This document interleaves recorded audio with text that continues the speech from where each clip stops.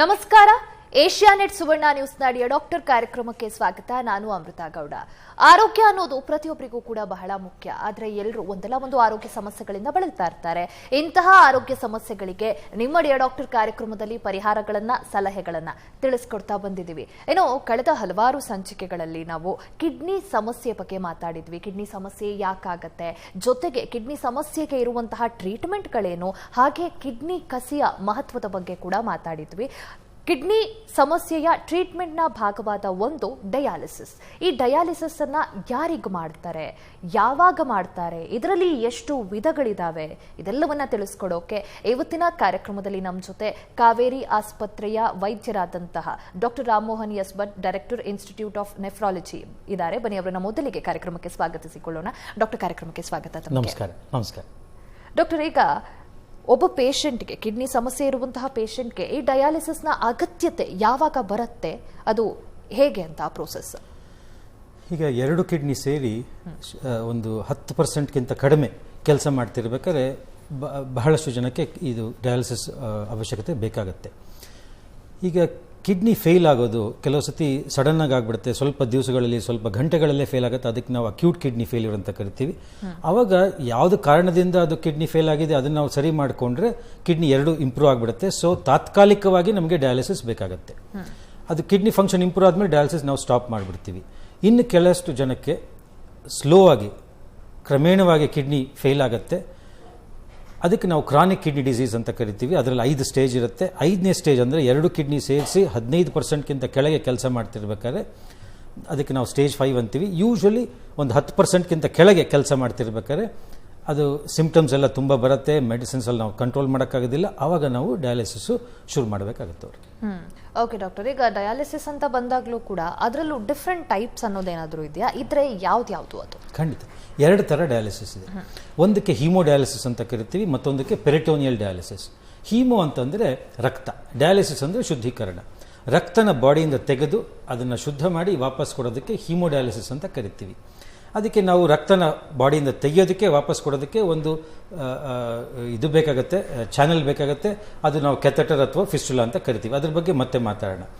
2ನೇ ಥರ dialysis peritoneal dialysis ಅಂತ ಅಂದ್ಬಿಟ್ಟು, ನೀವಲ್ಲಿ ಇವಾಗ ಇದರಲ್ಲಿ ನೋಡ್ತಾ ಇದ್ದಾರೆ ಪೆರಿಟೋನಿಯಲ್ ಡಯಾಲಿಸಿಸ್ ಪಿಕ್ಚರು.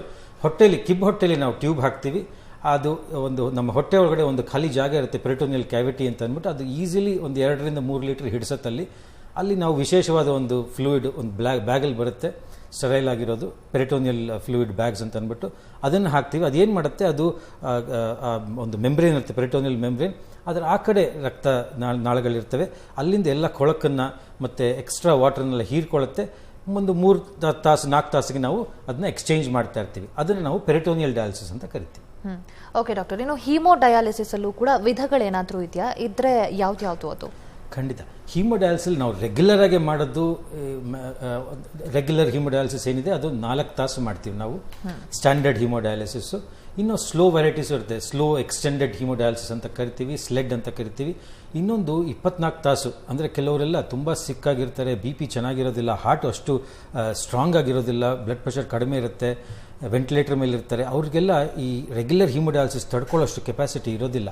ಅವ್ರಿಗೆ ನಾವು CRRT ಅಂದರೆ ಕಂಟಿನ್ಯೂಸ್ ರೀನಲ್ ರಿಪ್ಲೇಸ್ಮೆಂಟ್ ಥೆರಪಿ ಅಂತ ಕರಿತೀವಿ, ಅದನ್ನು ಮಾಡ್ತೀವಿ. ಅದೆಲ್ಲ ಸ್ವಲ್ಪ ಕಾಸ್ಟ್ಲಿ, ಸ್ವಲ್ಪ ವಿಶೇಷವಾದ ಡಯಾಲಿಸಿಸ್ಗಳು ಅವೆಲ್ಲ, ಅದೆಲ್ಲ ICUದಲ್ಲೇ ಮಾಡೋವಂಥದ್ದು.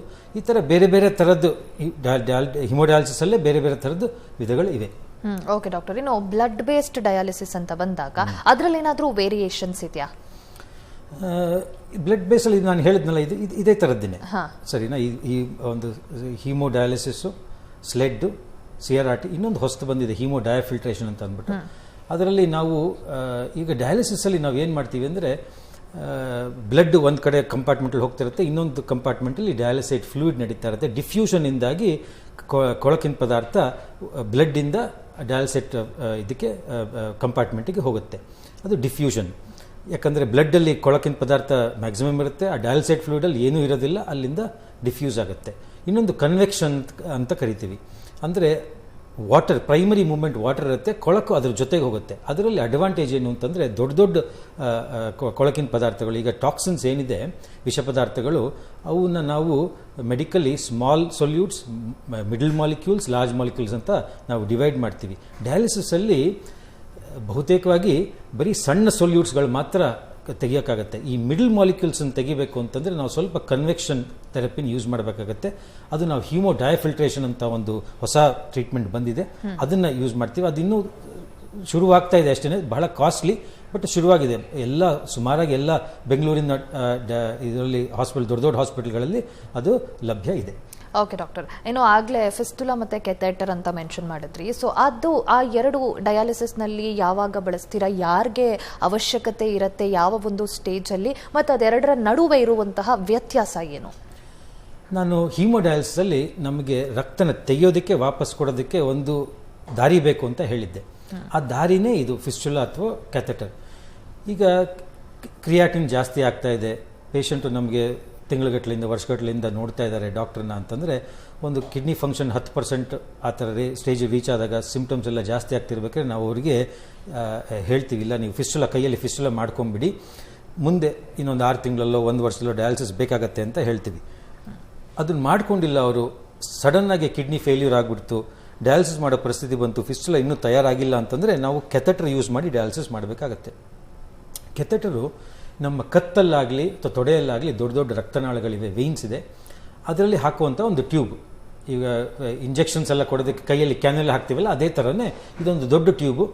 ಅದು ದೊಡ್ಡ ರಕ್ತನಾಳ ವೇಯ್ನ್ ಒಳಗಡೆ ಕತ್ತಲ್ಲಿ ಹೋಗುತ್ತೆ.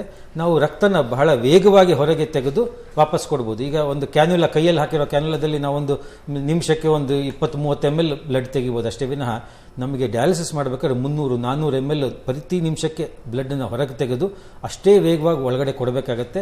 ಅದಕ್ಕೆ ದೊಡ್ಡ ಟ್ಯೂಬ್ ಬೇಕಾಗತ್ತೆ. ಅದನ್ನು ನಾವು ಡಯಾಲಿಸಿಸ್ ಕ್ಯಾಥೆಟರ್ ಅಂತ ಕರಿತೀವಿ. ಅದರಲ್ಲೂ 2 ವಿಧ ಇದೆ, ಟೆಂಪರರಿ ಕ್ಯಾಥೆಟರ್ ಮತ್ತು ಟನಲ್ ಕ್ಯಾಥೆಟರ್ ಅಂತ ಅಂದ್ಬಿಟ್ಟು. ಅದ್ರದ್ದು ಎಲ್ಲ ಪಿಕ್ಚರ್ಸ್ ಎಲ್ಲ ಹಾಕಿದ್ದೀನಿ ನಾನು, ಅದನ್ನ ತೋರಿಸ್ಬೋದು. ಕತ್ತಲ್ಲಿ ಟೆಂಪರರಿ ಕ್ಯಾಥೆಟರ್ ಅಂತ ಒಂದು ಕತ್ತಿಂದ ಹೀಗೆ ಮೇಲ್ಗಡೆ ಕಿವಿ ಕಡೆ ಹೋಗ್ತಾ ಇರುತ್ತೆ. ಇನ್ನೊಂದು ಟನಲ್ ಕ್ಯಾಥೆಟರ್, ಅದು ಎದೆ ಮೇಲೆ ಬರುತ್ತೆ. ಇದು 2 ಥರ ಕ್ಯಾಥೆಟರ್ಸ್. ಇದು ಟೆಂಪರರಿ ಕ್ಯಾಥೆಟರ್ ಲೆಫ್ಟಲ್ಲಿರೋದು, ರೈಟಲ್ಲಿ ಕಾಣಿಸ್ತಿರೋದು ಟನಲ್ಡ್ ಕ್ಯಾಥೆಟರ್ ಅಥವಾ ಪರ್ಮ್ ಕ್ಯಾಥ್ ಅಂತಲೂ ಕರಿತೀವಿ. ಇದು ಕ್ಯಾಥೆಟರ್ ಹಾಕಿದ ತಕ್ಷಣ ಯೂಸ್ ಮಾಡ್ಬೋದು ನಾವು. ಇವಾಗ ಬಂದರು ಪೇಷಂಟು, ಇವಾಗ ಡಯಾಲಿಸಿಸ್ ಕೂಡಲೇ ಶುರು ಮಾಡಬೇಕು ಅಂತಂದರೆ ಕೂಡಲೇ ಟೆಂಪರರಿ ಕ್ಯಾಥೆಟರ್ ಟನಲ್ ಕ್ಯಾಥೆಟರ್ ಹಾಕೊಂಡು ನಾವು ಡಯಾಲಿಸಿಸು ಶುರು ಮಾಡ್ಬೋದು. ಆದರೆ ಈ ಫಿಸ್ಟುಲಾ ಏನಿದೆಯಲ್ಲ, ಅದು ಹಾಕಿದ್ಮೇಲೆ ಕೂಡಲೇ ರೆಡಿ ಆಗೋದಿಲ್ಲ. ಅದು ರೆಡಿ ಆಗೋದಕ್ಕೆ ಒಂದು 2-3 ತಿಂಗಳು ಬೇಕಾಗುತ್ತೆ. ಫಿಸ್ಟುಲಾ ಏನು ಅಂತಂದರೆ, ನಮ್ಮ ಬಾಡಿಯಲ್ಲಿ 2 ಥರ ರಕ್ತನಾಳಗಳಿರ್ತವೆ, ಆರ್ಟರಿ ಮತ್ತು ವೇಯ್ನ್ ಅಂತ ಅಂದ್ಬಿಟ್ಟು. ಹಾರ್ಟ್ ಏನು ಬ್ಲಡ್ಡನ್ನು ಪಂಪ್ ಮಾಡುತ್ತೆ, ಅದು ನಮ್ಮ ಇಡೀ ಶರೀರಕ್ಕೆ ಎಲ್ಲ ಅಂಗಾಂಗಗಳಿಗೂ ಆರ್ಟರಿ ಮೂಲಕ ಸಪ್ಲೈ ಆಗುತ್ತೆ. ವಾಪಸ್ ಹಾರ್ಟ್ಗೆ ಏನು ಬರುತ್ತೆ ಅದು ವೇಯ್ನ್ ಮೂಲಕ ಬರುತ್ತೆ. ಆರ್ಟರಿ ಅಂತ ಹೇಳೋದು ಒಂದು ಹೈ ಪ್ರೆಷರ್ ಸಿಸ್ಟಮು, ವೇಯ್ನ್ ಅನ್ನೋದು ಒಂದು ಲೋ ಪ್ರೆಷರ್ ಸಿಸ್ಟಮ್. ಅದು ಬಹಳಷ್ಟು ಕಡೆ ಒಟ್ಟೊಟ್ಟಿಗೆ ರನ್ ಆಗುತ್ತೆ. ಈಗ ಕೈಯಲ್ಲಿ ರಿಸ್ಟ್ ಹತ್ರ, ಎಲ್ಬೋ ಹತ್ರ, ಇಲ್ಲೆಲ್ಲ ಒಟ್ಟೊಟ್ಟಿಗೆ ರನ್ ಆಗುತ್ತೆ. ಅದನ್ನು ಅಲ್ಲೇ ನಾವು ಜೋಡಿಸ್ಬೋದು, ಒಂದಕ್ಕೆ ಇನ್ನೊಂದಕ್ಕೆ ಜೋಡಿಸ್ಬೋದು. ಆವಾಗ ರಕ್ತ ರಭಸವಾಗಿ ಆರ್ಟರಿಯಿಂದ ವೇಯ್ನ್ ಒಳಗಡೆ ಹೋಗುತ್ತೆ. ಮತ್ತು ಫ್ಲೋ ಕೂಡ ತುಂಬ ಜಾಸ್ತಿಯಾಗಿ ಹೋಗುತ್ತೆ. 500 ml 600 ml ಫ್ಲೋ ಇರುತ್ತೆ. ಅದು ರೆಡಿ ಆಗೋದಕ್ಕೆ, ಅದು ಎಸ್ಟಾಬ್ಲಿಷ್ ಆಗೋದಕ್ಕೆ ಟೈಮ್ ತೊಗೊಳುತ್ತೆ. ಇವತ್ತು ನಾನು ಸರ್ಜರಿ ಮಾಡಿದ್ರೆ ನಾಳೆ ರೆಡಿ ಆಗೋದಿಲ್ಲ. 1-1.5 ತಿಂಗಳು 2-3 ತಿಂಗಳು ಬೇಕಾಗತ್ತೆ. ಸೊ ಟೈಮ್ ಇತ್ತು ಅಂತಂದರೆ ನಾವು ಫಿಸ್ಟುಲಾ ಎಲ್ಲ ಮಾಡಿಕೊಂಡು ರೆಡಿ ಮಾಡ್ಕೊಂಡು ಇಟ್ಕೊಂಡಿರ್ಬೋದು. ಅದು ಬಹಳ ಇಂಪಾರ್ಟೆಂಟು. ಎಷ್ಟೊಂದು ಜನ ನೆಫ್ರಾಲಜಿ ಡಾಕ್ಟರ್ಸ್ನ ನೋಡ್ತಾ ಇರ್ತಾರೆ, ಅವ್ರಿಗೆ ನೆಫ್ರಾಲಜಿಸ್ಟ್ ಹೇಳ್ತಾರೆ, ಇಲ್ಲ ಇವಾಗ ಕ್ರಿಯಾಟಿನಿನ್ ಜಾಸ್ತಿ ಆಗಿದೆ, ನಿಮ್ಮ ಸಿಂಪ್ಟಮ್ಸ್ ಎಲ್ಲ ಜಾಸ್ತಿ ಆಗ್ತಾಯಿದೆ, ದಯವಿಟ್ಟು ಫಿಸ್ಟುಲಾ ಮಾಡ್ಕೊಳ್ಳಿ ಅಂತ ಅಂದ್ಬಿಟ್ಟು ಮಾಡ್ಕೋಬೇಕು. ಅದನ್ನು ನಾವು ಹಿಂಜರಿಬಾರ್ದು, ಭಯ ಪಟ್ಕೊಂಡು ಯಾವುದೋ ಕಾರಣಕ್ಕಾಗಿ ನಾವು ಹಿಂಜರಿಬಾರ್ದು. ಯಾಕಂದರೆ ಅದು ಮಾಡ್ಕೊಂಡಿಲ್ಲ ಅಂತಂದರೆ ಸಡನ್ನಾಗಿ ಡಯಾಲಿಸಿಸ್ ಮಾಡೋ ಪರಿಸ್ಥಿತಿ ಬಂದುಬಿಡ್ತು ಅಂದರೆ ಎಮರ್ಜೆನ್ಸಿಲಿ ICUಗೆ ಹೋಗಿ ಅಡ್ಮಿಟ್ ಆಗಿ ಕೆಥೆಟರ್ ಹಾಕ್ಸ್ಕೊಂಡು ಡಯಾಲಿಸಿಸ್ ಎಲ್ಲ ಮಾಡಿಕೊಂಡು ಖರ್ಚು ತುಂಬ ಆಗುತ್ತೆ, ರಿಸ್ಕ್ ತುಂಬ ಜಾಸ್ತಿ, ತುಂಬ ಕಷ್ಟಗಳು. ಸೊ ಅದ್ರ ಬದಲು ನಾವು ಮೊದಲೇ ಪ್ರಿಪೇರ್ ಆಗಿಬಿಟ್ಟು ಫಿಸ್ಟುಲಾ ಎಲ್ಲ ಮಾಡಿ ಇಟ್ಕೊಂಡಿದ್ರೆ ಯಾವಾಗ ಬೇಕೋ ಆವಾಗ ಡಯಾಲಿಸಿಸ್ ಶುರು ಮಾಡ್ಬೋದು. ಫಿಸ್ಟುಲಾ ಇದೆ ಅಂತ ಅಂದ್ಬಿಟ್ಟು ಯಾರನ್ನೂ ಡಯಾಲಿಸಿಸ್ ಶುರು ಮಾಡೋದಿಲ್ಲ, ಬೇಕಾದವಾಗ ಮಾತ್ರ ಡಯಾಲಿಸಿಸ್ ಶುರು ಮಾಡುತ್ತೆ. ಓಕೆ ಡಾಕ್ಟರ್, ಒಬ್ರು ಕಾಲರ್ ರೆಡಿ ಇದ್ದಾರೆ ಬೆಳಗಾವಿಯಿಂದ, ಜಗದೀಶ್ ಅಂತ. ಮಾತಾಡ್ಸೋಣ. ಜಗದೀಶ್ ಅವರೇ ನಮಸ್ತೆ. ನಮಸ್ತೆ ಮೇಡಮ್. ಡಾಕ್ಟರ್ ಇದ್ದಾರೆ, ಮಾತಾಡಿ ತಮ್ಮ ಸಮಸ್ಯೆ ಬಗ್ಗೆ. ನಮಸ್ತೆ ಸರ್. ನಮಸ್ತೆ ಸರ್, ನಮ್ಮ ಮಾಮಾರ್ ಸರ್ ಅವರು. ಹಲೋ, ಹೇಳಿ ಹೇಳಿ, ಕೇಳಿಸ್ತಾ ಇದೆ. ಸ್ವಲ್ಪ ಸ್ಪಷ್ಟವಾಗಿ ಮಾತಾಡಿ ಸರ್. ವಯಸ್ಸು 45 ಸರ್ ಅವರು. ಹಲೋ, ಹೇಳಿ ಹೇಳಿ. ಅವ್ರಿಗೆ ವಯಸ್ಸು 55 ವಯಸ್ಸು ಸರಿ. ಆಮೇಲೆ ಕ್ರಿಯಾಟಿನ್ ಲೆವೆಲ್ ಅದು 16.8 ಅದ ಸರ್. ಕ್ರಿಯಾಟಿನ್ ಲೆವೆಲ್ ಕ್ರಿಯಾಟಿನಿನ್ ಎಷ್ಟಿದೆ? 16.8. ಅಷ್ಟೆಲ್ಲ ಇರೋದಿಲ್ಲ ಕ್ರಿಯಾಟಿನಿನ್ನು. ಸೊ ಕ್ರಿಯಾಟಿನಿನ್ ಯೂಶ್ವಲಿ 1.2 ಆ ಥರ ನಾರ್ಮಲ್ ಆಗಿರುತ್ತೆ. ಸುಮಾರಾಗಿ ಒಂದು 7 ಹತ್ರೆಲ್ಲ ಹೋಗ್ತಿರ್ಬೇಕಾದ್ರೆ 2 ಕಿಡ್ನಿ ಸೇರಿ 10%ಗಿಂತ ಕೆಳಗೆ ಕೆಲಸ ಮಾಡ್ತಿದೆ ಅಂತ ನಾವು ಭಾವಿಸ್ತೀವಿ. ಸೊ ಸುಮಾರಾಗಿ 7-10 ಎಲ್ಲ ಇರ್ಬೇಕಾದ್ರೆ ಡಯಾಲಿಸಿಸ್ ಎಲ್ಲ ಶುರು ಮಾಡೋ ಪರಿಸ್ಥಿತಿ ಬರುತ್ತೆ. ಯೂಶ್ವಲಿ 1000 ಗಟ್ಟಲೆಲ್ಲ ಇರೋದಿಲ್ಲ ಕ್ರಿಯಾಟಿನಿನ್. ಏನೋ ತಪ್ಪು ನೀವು ಕನ್ಫ್ಯೂಸ್ ಮಾಡ್ಕೊಂಡಿದ್ದೀರಾ ಅಂತ ಕಾಣ್ತದೆ. ಓಕೆ, ಧನ್ಯವಾದ ಜಗದೀಶ್ ಅವರೇ ಕರೆ ಮಾಡಿದ್ದಕ್ಕೆ. ನಿಮ್ಮ ಸಮಸ್ಯೆಗೆ ಮತ್ತಷ್ಟು ಮಾಹಿತಿ ಬೇಕು ಅಂದರೆ ಸ್ಕ್ರೀನ್ ಮೇಲೆ ಕಾವೇರಿ ಆಸ್ಪತ್ರೆಯ ನಂಬರ್ ಡಿಸ್ಪ್ಲೇ ಆಗ್ತಾ ಇದೆ. ಏನಾಗ್ತಿದೆ ಅಂತ ತಿಳ್ಕೊಬೇಕು ಅಂದರೆ ಕರೆ ಮಾಡಿ ಡಾಕ್ಟರ್ ಅಪಾಯಿಂಟ್ಮೆಂಟ್ ತಗೊಂಡು ನೇರವಾಗಿ ಡಾಕ್ಟರ್ನ ಆಸ್ಪತ್ರೆಯಲ್ಲಿ ಭೇಟಿ ಮಾಡಿ ನಿಮ್ಮ ಸಮಸ್ಯೆ ಬಗ್ಗೆ ಚರ್ಚೆ ಮಾಡಬಹುದು. ಡಾಕ್ಟರ್, ಈಗ ಪೆರಿಟೋನಿಯಲ್ ಡಯಾಲಿಸಿಸ್ ಅಂತ ಹೇಳಿದ್ರಿ. ಸೊ ಪೆರಿಟೋನಿಯಲ್ ಡಯಾಲಿಸಿಸ್ ಅದರ ಬಗ್ಗೆ ಮತ್ತಷ್ಟು ಮಾಹಿತಿಯನ್ನು ನೀಡಿ, ಜೊತೆಗೆ ಈ ಹಿಮೋಡಯಾಲಿಸಿಸ್ಗೂ ಅದಕ್ಕೂ ಇರುವಂತಹ ವ್ಯತ್ಯಾಸದ ಬಗ್ಗೆ ಕೂಡ ತಿಳಿಸ್ಕೊಡಿ. ಖಂಡಿತ, ಒಳ್ಳೆ ಪ್ರಶ್ನೆ. ಈ ಪೆರಿಟೋನಿಯಲ್ ಡಯಾಲಿಸಿಸ್ ನಾನು ಆಗಲೇ ಹೇಳ್ದಂಗೆ ಕಿಬ್ಬು ಹೊಟ್ಟೆಯಲ್ಲಿ ನಾವು ಒಂದು ಟ್ಯೂಬ್ ಹಾಕ್ತೀವಿ, ಸಾಫ್ಟ್ ಕ್ಯಾಥೆಟರ್, ಸಿಲಿಕಾನ್ ಕ್ಯಾಥೆಟರ್ ಹಾಕ್ತೀವಿ. ಅದು ಹಾಕಿ ಇದು ಕೂಡಲೇ ಬೇಕಾದ್ರೆ ಡಯಾಲಿಸಿಸ್ ಶುರು ಮಾಡ್ಬೋದು. ಪೆರಿಟೋನಿಯಲ್ ಡಯಾಲಿಸಿಸ್ ಯೂಶಲಿ ನಾವು ಒಂದು 10 ದಿವಸ 14 ದಿವಸ ಬ್ರೇಕ್ ಇನ್ ಪೀರಿಯಡ್ ಅಂತ ಕೊಡ್ತೀವಿ, ಅದು ಹೀಲ್ ಆಗೋದಕ್ಕೆ. ಅದು ಹೀಲ್ ಆದಮೇಲೆ ನಾವು ಪೇಷಂಟ್ಗೆ ಹೇಳ್ಕೊಡ್ತೀವಿ ಹೇಗೆ ಮಾಡ್ಕೊಳ್ಳೋದು ಡಯಾಲಿಸಿಸ್ ಮನೇಲೆ ಅಂತ ಅಂದ್ಬಿಟ್ಟು ಹೇಳ್ಕೊಡ್ತೀವಿ. ಯೂಶಲಿ 2 ಲೀಟ್ರದ್ದು PD ಬ್ಯಾಗ್ಸ್ ಬರುತ್ತೆ, ಅದನ್ನು ಹೊಟ್ಟೆ ಒಳಗೆ ಹಾಕೋಬೇಕು. ಅದನ್ನ ಹಾಕೋದಕ್ಕೆ ಒಂದು 10-15 ನಿಮಿಷ ಆಗುತ್ತೆ. ಹಾಕೋಬೇಕಾದ್ರೆ ಅವ್ರು ಕೂತ್ಕೊಂಡಿರ್ತಾರೆ, ಆ ಚಿತ್ರದಲ್ಲಿ ನಾವು ನೋಡ್ಬೋದು, ಕೂತ್ಕೊಂಡಿರ್ತಾರೆ. ಹೊಟ್ಟೆ ಒಳಗೆ ಹೋದ್ಮೇಲೆ ಅದು ಕೆಥೆಟ್ರು ಕ್ಯಾಪ್ ಹಾಕ್ಬಿಟ್ಟು ಕ್ಲೋಸ್ ಮಾಡಿಕೊಂಡು ಅದನ್ನೊಂದು ಬೆಲ್ಟ್ ಥರದಲ್ಲಿ ನಾವು ಸಿಕ್ಕಿಸ್ಕೊಂಡು ಓಡಾಡ್ಕೋತಾ ಇರ್ಬೋದು. ಅದು ಯೂಶಲಿ ನಾವು ಒಂದು 3-4 ಅವರ್ಸ್ ಆದಮೇಲೆ ಚೇಂಜ್ ಮಾಡೋದು, ಅದನ್ನ ತೆಗೆಯೋದು.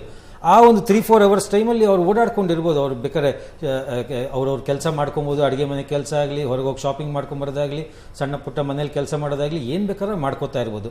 ಮತ್ತೊಂದು 4 ತಾಸು ಆದಮೇಲೆ ಮತ್ತೆ ಬಂದು ಕೂತ್ಕೊಂಡು ಚೇರಲ್ಲೆಲ್ಲ ಸ್ವಚ್ಛವಾಗೆಲ್ಲ ನಾವು ಹೇಳ್ಕೊಡ್ತೀವಿ ಹೇಗೆ ಅದು ಎಕ್ಸ್ಚೇಂಜ್ ಎಲ್ಲ ಮಾಡೋದು ಅಂತ ಹೇಳ್ಕೊಡ್ತೀವಿ. ಎಕ್ಸ್ಚೇಂಜ್ ಮಾಡಬೇಕು, ಇರೋದನ್ನು ಹೊರಗೆ ತೆಗೆದು ಹೊಸದನ್ನು ಒಳಗೆ ಹಾಕೋದು. ಅದೆಲ್ಲ ಬ್ಯಾಗ್ಸ್ ಬರುತ್ತೆ, ಎಲ್ಲ ಸ್ಟೆರಿಲೈಸ್ ಆಗಿರೋ ಬ್ಯಾಗ್ಸ್ ಬರುತ್ತೆ. ಬರೀ ಕನೆಕ್ಷನ್ ಡಿಸ್ಕನೆಕ್ಷನ್ ನೀಟಾಗಿ ನೋ ಟಚ್ ಟೆಕ್ನಿಕಲ್ ಮಾಡೋದನ್ನೆಲ್ಲ ನಾವು ಹೇಳ್ಕೊಡ್ತೀವಿ. ಅದನ್ನ ಮಾಡಬೇಕು. ಅದನ್ನು ನಾವು CAPD ಅಂತ ಕರಿತೀವಿ, continuous ambulatory peritoneal dialysis. Continuous ಯಾಕೆಂದರೆ ಅದು ಕಂಟಿನ್ಯೂಸ್ ಆಗಿ ನಡೀತಾ ಇರುತ್ತೆ. ಆಂಬ್ಯುಲೇಟರಿ ಅಂದರೆ ಓಡಾಡ್ಕೊಂಡಿರ್ತಾರೆ, ಅದಕ್ಕೆ ಆಂಬ್ಯುಲೇಟರಿ.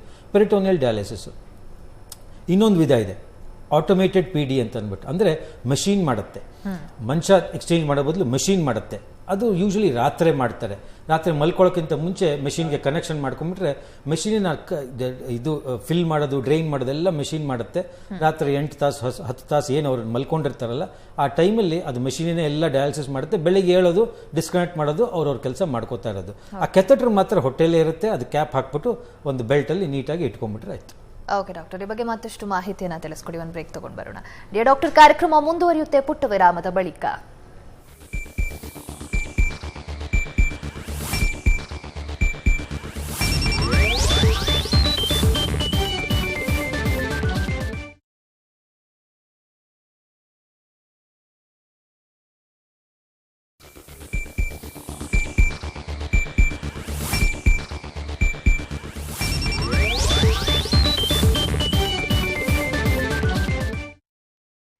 ಬ್ರೇಕ್ನ ಬಳಿಕ ಡಿಯರ್ ಡಾಕ್ಟರ್ ಕಾರ್ಯಕ್ರಮಕ್ಕೆ ಮತ್ತೆ ಸ್ವಾಗತ. ಡಾಕ್ಟರ್, ಆಗಲೇ ಪೆರಿಟೋನಿಯಲ್ ಡಯಾಲಿಸಿಸ್ ಬಗ್ಗೆ ಹೇಳ್ತಾ ಇದ್ರಿ. ಸೊ ಈ ಹೀಮೋ ಹಾಗೆ ಪೆರಿಟೋನಿಯಲ್ ಎರಡೂ ಕಂಪೇರ್ ಮಾಡಿದ್ರೆ ಎರಡರಲ್ಲೂ ಇರುವಂತಹ ಡಿಫರೆನ್ಸ್ ಏನು, ಜೊತೆಗೆ ಯಾವುದೇ ಒಂದರಿಂದ ಅಡ್ವಾಂಟೇಜಸ್ ಇದೆ ಅಂತ ಅಂದಾಗ ಅಲ್ಲಿ ಡಿಸ್ಅಡ್ವಾಂಟೇಜಸ್ ಕೂಡ ಇರುತ್ತೆ. So what are the advantages and disadvantages? ಖಂಡಿತ. ಇವಾಗ ಈ ಹಿಮೋಡಯಾಲಿಸಿಸ್ ಮತ್ತು ಪೆರಿಟೋನಿಯಲ್ ಡಯಾಲಿಸಿಸ್ ಏನಿದೆ ಅದು ಸಮಸಮವಾದ ಟ್ರೀಟ್ಮೆಂಟ್ ವಿಧಾನಗಳು. ಹಿಮೋಡಯಾಲಿಸಿಸ್ಸು ಯೂಶಲಿ ಕಿಡ್ನಿ ಫಂಕ್ಷನ್ ತುಂಬ ಕಡಿಮೆ ಆದವಾಗ ವಾರಕ್ಕೆ 3 ಸತಿ ಮಾಡಬೇಕಾಗತ್ತೆ, ಪ್ರತಿ ಸತಿನೂ 4 ತಾಸು ಮಾಡಬೇಕಾಗತ್ತೆ. ಅದೇ ಪೆರಿಟೋನಿಯಲ್ ಡಯಾಲಿಸಿಸು ದಿನವೂ ಮಾಡಬೇಕಾಗತ್ತೆ, ಡೈಲಿ ಮಾಡಬೇಕಾಗತ್ತೆ. ಅಟ್ಲೀಸ್ಟ್ ಒಂದು 12 ಅವರ್ಸ್ ಆದರೂ ಪೆರಿಟೋನಿಯಲ್ ಡಯಾಲಿಸಿಸ್ ಮಾಡಬೇಕಾಗತ್ತೆ. ಸೊ ಪ್ರತಿ ದಿವಸ ಪೆರಿಟೋನಿಯಲ್ ಡಯಾಲಿಸಿಸ್ ಮನೇಲೇ ಮಾಡೋವಂಥದ್ದು ಅಥವಾ ಹಿಮೋಡಯಾಲಿಸಿಸ್ ಹಾಸ್ಪಿಟ್ಲ್ ಹೋಗಿ ವಾರಕ್ಕೆ 3 ಸತಿ ಮಾಡೋದು. ಅದರದ್ದು ಕ್ಲಿಯರೆನ್ಸ್ ಎಲ್ಲ ಸಮವಾಗಿರುತ್ತೆ, ಔಟ್ಕಮ್ಸ್ ಕೂಡ ಸಮವಾಗಿರುತ್ತೆ. ಆದರೆ ಅದರಲ್ಲೂ ಬೇರೆ ಬೇರೆ ಟ್ರೀಟ್ಮೆಂಟಲ್ಲಿ ವ್ಯತ್ಯಾಸಗಳಿದೆ, ಅಡ್ವಾಂಟೇಜಸ್ ಕೂಡ ಇದೆ. ಪೆರಿಟೋನಿಯಲ್ ಡಯಾಲಿಸಿಸಲ್ಲಿ ಬಹಳಷ್ಟು ಅಡ್ವಾಂಟೇಜಸ್ ಇದೆ, ಬಟ್ ಅದು ತುಂಬ ಜನ ಮೆಚ್ಚೋದಿಲ್ಲ, ಮಾಡೋದಿಲ್ಲ. ಬೇರೆ ಬೇರೆ ಕಾರಣಕ್ಕೆ ಇದರಲ್ಲಿ ಯಾವುದು ಭಾರತದಲ್ಲಿ ಕೆಲವಷ್ಟು ಕಂಟ್ರೀಸಲ್ಲಿ, ಇವಾಗ ಹಾಂಗ್ಕಾಂಗಲ್ಲೆಲ್ಲ 90% ಎಲ್ಲ ಜನ ಪೆರಿಟೋನಿಯಲ್ ಡಯಾಲಿಸಿಸೇ ಮಾಡೋದು ಬೇರೆ ಬೇರೆ ಕಾರಣದಿಂದಾಗಿ. ಪೆರಿಟೋನಿಯಲ್ ಡಯಾಲಿಸಿಸ್ ತೊಗೊಂಡ್ರೆ ಅದರಲ್ಲಿ ಅಡ್ವಾಂಟೇಜಸ್ ಏನಪ್ಪ ಅಂದರೆ ಅದು ಹೋಮ್ ಥೆರಪಿ, ಮನೇಲೇ ಮಾಡೋವಂಥದ್ದು, ಹಾಸ್ಪಿಟ್ಲಿಗೆ ಹೋಗಬೇಕಾಗಿಲ್ಲ. ಹಿಮೋಡಯಾಲಿಸಿಸಲ್ಲಿ ನಾವು ಡಯಾಲಿಸಿಸ್ ಮಾಡಬೇಕು ಅಂದರೆ ಹಾಸ್ಪಿಟ್ಲಿಗೆ ಹೋಗಬೇಕು. ಮನೇಲೂ ಹಿಮೋಡಯಾಲಿಸಿಸ್ ಮೆಷಿನ್ ಸೆಟಪ್ ಮಾಡ್ಬೋದು, ಬಟ್ ಬಹಳಷ್ಟು ಕಾಸ್ಟ್ಲಿ, ತುಂಬ ಖರ್ಚಾಗ್ಬಿಡುತ್ತೆ. ದುಡ್ಡಿರೋರು ಮಾಡ್ಕೊಬೋದು. ಬಟ್ ಆದ್ರೂ ಏನಾರ ತೊಂದರೆ ಆಯಿತು ಅಂತಂದರೆ, ಕಾಂಪ್ಲಿಕೇಶನ್ ಆಯಿತು ಅಂದರೆ ಹಿಮೋಡಯಾಲಿಸಿಸಲ್ಲಿ ಅದು ಇಮಿಡಿಯೇಟ್ಲಿ ನಾವು ಸಾರ್ಟ್ ಔಟ್ ಮಾಡಬೇಕು. ಪೆರಿಟೋನಿಯಲ್ ಡಯಾಲಿಸಿಸಲ್ಲಿ ಏನೋ ಒಂದು ಸಣ್ಣ ಪುಟ್ಟ ಕಾಂಪ್ಲಿಕೇಶನ್ ಆಯಿತು ಅಂದರೆ ವಿದಿನ್ ಮ್ಯಾಟರ್ ಆಫ್ ಸೆಕೆಂಡ್ಸ್ ನಾವು ಅದನ್ನ ಅಡ್ರೆಸ್ ಮಾಡಬೇಕು ಅಂತಿಲ್ಲ, ಹಾಸ್ಪಿಟ್ಲಿಗೆ ಹೋಗಿ ಮಾಡ್ಕೋಬೋದು. ಸೊ ಹಾಸ್ಪಿಟ್ಲಲ್ಲಿ ಹಿಮೋಡಯಾಲಿಸಿಸ್ ಮಾಡೋದು ಯಾವತ್ತೂ ಸೇಫು. ಮನೆಯಲ್ಲಿ ಮಾಡೋಕ್ಕೆ ಹೋದರೆ ಕಾಸ್ಟ್ ಜಾಸ್ತಿ, ರಿಸ್ಕು ಸ್ವಲ್ಪ ಜಾಸ್ತಿ. So peritoneal dialysis home therapy ಆಗಿದ್ದರಿಂದ ಒಂದು ಮೇಜರ್ ಅಡ್ವಾಂಟೇಜು. ಮತ್ತು ಫ್ಲೆಕ್ಸಿಬಿಲಿಟಿ, ನಮ್ಯತೆ. ಇವಾಗ ಹಿಮೋಡಯಾಲಿಸಿಸ್ ನಿಮಗೆ 9 ಗಂಟೆ ಸ್ಲಾಟ್ ಕೊಟ್ಟರು ಅಂತ ನೀವು 9 ಗಂಟೆಗೆ ಹೋಗಬೇಕು, ಅಥವಾ ಒಂದು ಅರ್ಧ ಗಂಟೆ ಮುಂಚೆನೇ ಹೋಗಬೇಕು. ನೀವು ಮಧ್ಯಾಹ್ನದ ಮೇಲೆ ಹೋಗ್ತೀನಿ, ಇವತ್ತು ಮನಸ್ಸಿಲ್ಲ, ಇವತ್ತು ಆ ಕೆಲಸ ಇದೆ ಅಂತ ಅಂದ್ಬಿಟ್ಟು ನೀವು ಚೇಂಜ್ ಮಾಡೋಕ್ಕಾಗೋದಿಲ್ಲ. ನೀವು ಚೇಂಜ್ ಮಾಡಿದ್ರೆ ನಿಮ್ಮ ಸ್ಲಾಟ್ ಹೋಗ್ಬಿಡುತ್ತೆ. ಅದೇ ಪೆರಿಟೋನಿಯಲ್ ಡಯಾಲಿಸಿಸ್ ಅವತ್ತಿನ ದಿವಸ ಏನೋ ಸ್ವಲ್ಪ ಕೆಲಸ ಇದೆ, ಪೂಜೆ ಇದೆ, ಎಲ್ಲೋ ಹೊರಗೆ ಹೋಗಿ ಬರಬೇಕು ಅಂದರೆ ನಾವು ಸ್ವಲ್ಪ ಲೇಟಾಗಿ ಶುರು ಮಾಡಿಕೊಂಡು ಲೇಟಾಗಿ ಮುಗಿಸ್ಕೊಬೋದು. ಆ ಫ್ಲೆಕ್ಸಿಬಿಲಿಟಿ ಇದ್ದೇ ಇರುತ್ತೆ ಪೆರಿಟೋನಿಯಲ್ ಡಯಾಲಿಸಿಸಲ್ಲಿ. ನೀಡಲ್ಸ್ ಇಲ್ಲ. ಹಿಮೋಡಯಾಲಿಸಿಸಲ್ಲಿ ನಾವು ಡಯಾಲಿಸಿಸ್ ಮಾಡೋದಕ್ಕೆ ಫಿಸ್ಟುಲಾಗೆ ನೀಡಲ್ ಹಾಕಿ ಬ್ಲಡ್ಡನ್ನು ತೆಗೆದು ವಾಪಸ್ ಕೊಡ್ತೀವಿ. ಆ ನೋವು ಪೆರಿಟೋನಿಯಲ್ ಡಯಾಲಿಸಿಸಲ್ಲಿ ಇರೋದಿಲ್ಲ. ಮತ್ತು ಅದು ಸ್ಲೋ ಆ್ಯಂಡ್ ಜೆಂಟಲ್, ಸಾವಧಾನವಾಗುತ್ತೆ ಮತ್ತು ಸೌಮ್ಯವಾಗುತ್ತೆ. ನಮ್ಮ ಕಿಡ್ನಿ ಹೇಗೆ ಕೆಲಸ ಮಾಡುತ್ತೆ ಹಾಗೇನೆ ನಮ್ಮ ಕಿಡ್ನಿ ಪ್ರತಿ ಕ್ಷಣವೂ ಕೆಲಸ ಮಾಡ್ತಿರುತ್ತೆ. ಅದೇ ಥರನೇ ಪೆರಿಟೋನಿಯಲ್ ಡಯಾಲಿಸಿಸ್ಸು 12 ತಾಸು ಸ್ಲೋ ಆಗಿ ಕೆಲಸ ಮಾಡುತ್ತೆ. ಅದರಿಂದಾಗಿ ಹಿಮೋಡಯಾಲಿಸಿಸಲ್ಲಿ ಆಗುವಂಥದ್ದು, ಈಗ 4 ತಾಸಲ್ಲಿ ನಾವು ಹೋದಾಗ ಒಂದು 3 ಲೀಟ್ರ್ 4 ಲೀಟ್ರ್ ಫ್ಲೂಯಿಡ್ ತೆಗಿತೀವಿ. ಪೇಷಂಟಿಗೆ ಡಯಾಲಿಸಿಸ್ ಆದ ತಕ್ಷಣ ಸುಸ್ತಾಗ್ಬಿಡುತ್ತೆ. ಅದೆಲ್ಲ ಏನು ಸುಸ್ತೆಲ್ಲ ಏನೂ ಆಗೋದಿಲ್ಲ, ಯಾಕಂದರೆ ಇದು ಜೆಂಟಲಾಗಿ ಸೌಮ್ಯವಾಗಿ ಆಗ್ತಾ ಇರುತ್ತೆ. ಅದರಿಂದಾಗಿ ನಮ್ಮ ಕಿಡ್ನಿ ಮಾಡೋದನ್ನೇ ಅದು ರೆಪ್ಲಿಕೇಟ್ ಮಾಡ್ದಂಗೆ ಆಗುತ್ತೆ. ಮತ್ತು ಸೆಲ್ಫ್ ಕೇರ್, ಬೇರೆ ಯಾರು ನರ್ಸ್ ಸಹಾಯ ಬೇಕಾಗೋದಿಲ್ಲ, ನಾವೇ ಮಾಡ್ಕೊಳ್ಳೋವಂಥದ್ದು. ಇನ್ಫ್ಯಾಕ್ಟ್ ಪೇಷಂಟ್ ಕಲ್ತ್ಕೊಂಡ್ಬಿಟ್ರೆ ಅವ್ರ ಮನೆಯವರು ಹೆಲ್ಪು ಬೇಕಾಗೋದಿಲ್ಲ, ಅವರಾಗೆ ಸ್ವಂತವಾಗಿ ಮಾಡ್ಕೊಬೋದು, ಯಾರ ಮೇಲೆ ಆಗಿರಬೇಕಾಗಿಲ್ಲ. ಹಿಮೋಡಯಾಲಿಸಿಸ್ ಏನಾಗುತ್ತೆ ಅಂದರೆ ಯಾರು ಒಬ್ಬರು ಕರ್ಕೊಂಬರೋದಕ್ಕೆ ಜನರು ಬೇಕಾಗುತ್ತೆ. ಅವ್ರ ಟೈಮು ವೇಸ್ಟು. 4 ತಾಸು ಡಯಾಲಿಸಿಸ್ ಮಾಡೋದಕ್ಕೆ ಎಷ್ಟೊಂದು ಸತಿ ಒಂದು ದಿವಸ ಫುಲ್ ವೇಸ್ಟ್ ಆಗಿಬಿಡುತ್ತೆ. ಕೆಲವರಿಗೆ ಬೆಂಗಳೂರಲ್ಲಿ ಟ್ರಾವೆಲ್ ಮಾಡೋದು ಕಷ್ಟ, ಒಂದೊಂದು ತಾಸು ಹೋಗೋದಕ್ಕೆ ಬರೋಕ್ಕೆ ಆಗುತ್ತೆ. ತುಂಬ ದೂರ ಇದ್ಬಿಟ್ರಂತೂ ಪ್ರತಿ ಫುಲ್ ದಿವಸನೇ ಹೋಗಿ ಬರೋದಾಗ್ಬಿಡುತ್ತೆ. ಸೊ ಆ ದಿವಸ ಎಲ್ಲ ವೇಸ್ಟ್ ಆಗುತ್ತೆ, ಪೇಷಂಟಿಗೆ ಮಾತ್ರ ಅಲ್ಲ ಅಟೆಂಡೆಂಟ್ ಕೂಡ. ಆ ಥರ ಇದರಲ್ಲಿ ಪೆರಿಟೋನಿಯಲ್ ಡಯಾಲಿಸಿಸಲ್ಲಿ ಅದೆಲ್ಲ ಏನೂ ಇಲ್ಲ. ಅದು ಬಿಟ್ಟು ಮೋಸ್ಟ್ ಇಂಪಾರ್ಟೆಂಟ್ ಏನಪ್ಪ ಅಂದರೆ ಈ ರೆಸ್ಟ್ರಿಕ್ಷನ್ಸ್, ಡಯಟ್ ರೆಸ್ಟ್ರಿಕ್ಷನ್ಸ್ ಬಹಳ ಕಡಿಮೆ ಪೆರಿಟೋನಿಯಲ್ ಡಯಾಲಿಸಿಸಲ್ಲಿ. ನಾವು ಅವ್ರಿಗೆ ನೀರು ಎಷ್ಟು ಬೇಕಾದ್ರೆ ಕುಡಿಬೋದು ಅಂತ ಹೇಳ್ತೀವಿ, ಪ್ರೋಟೀನ್ ಜಾಸ್ತಿ ತೊಗೊಳಕ್ಕೆ ಹೇಳ್ತೀವಿ. ಅದೇ ಹಿಮೋಡಯಾಲಿಸಿಸ್ ಪೇಷಂಟ್ಸ್ಗೆ ನೀರು ರೆಸ್ಟ್ರಿಕ್ಷನ್ ಇದ್ದೇ ಇರುತ್ತೆ, ಡಯಟ್ ರೆಸ್ಟ್ರಿಕ್ಷನ್ ಇದ್ದೇ ಇರುತ್ತೆ, ಅದೆಲ್ಲ ಏನೂ ಇರೋದಿಲ್ಲ. ಆಮೇಲೆ ರೆಸಿಡ್ಯೂಯಲ್ ರೀನಲ್ ಫಂಕ್ಷನ್ ಏನಿದೆ ಅದು ಬಹಳಷ್ಟು ಮೇಂಟೈನ್ ಆಗಿರುತ್ತೆ ಪೆರಿಟೋನಿಯಲ್ ಡಯಾಲಿಸಿಸಲ್ಲಿ.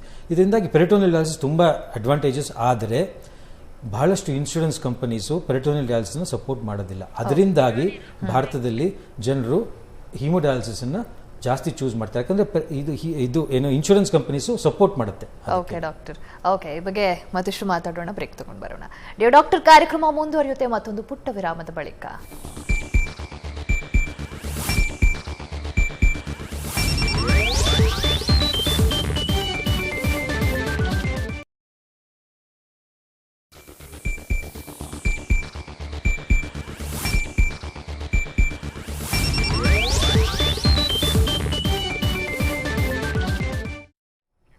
ಬ್ರೇಕ್ನ ಬಳಿಕ ಡಾಕ್ಟರ್ ಕಾರ್ಯಕ್ರಮಕ್ಕೆ ಮತ್ತೆ ಸ್ವಾಗತ.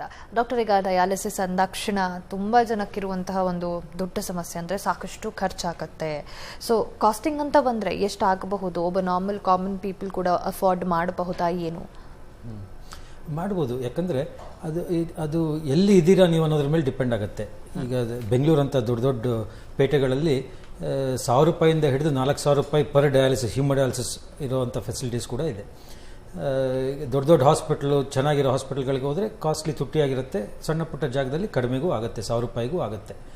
ಅದೇ ಸಣ್ಣ ಪುಟ್ಟ ವಿಲೇಜಸ್ಸಲ್ಲೆಲ್ಲ ತಾಲೂಕಾ ಪ್ಲೇಸಲ್ಲಿ ಹೋದರೆ 1,000-1,500 ರೂಪಾಯಿಗೆ ಯೂಶಲಿ ಮಾಡ್ತಾರೆ.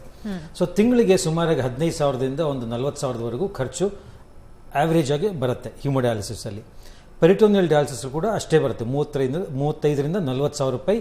CAPDಗೆ ಎಲ್ಲಿ ನಾವು ಮೆಷಿನ್ ಯೂಸ್ ಮಾಡದೆ ಮಾಡ್ತೀವಿ ಅಲ್ಲಿ 35ರಿಂದ 40,000 ರೂಪಾಯಿ ಪ್ರತಿ ತಿಂಗಳು ಬರುತ್ತೆ.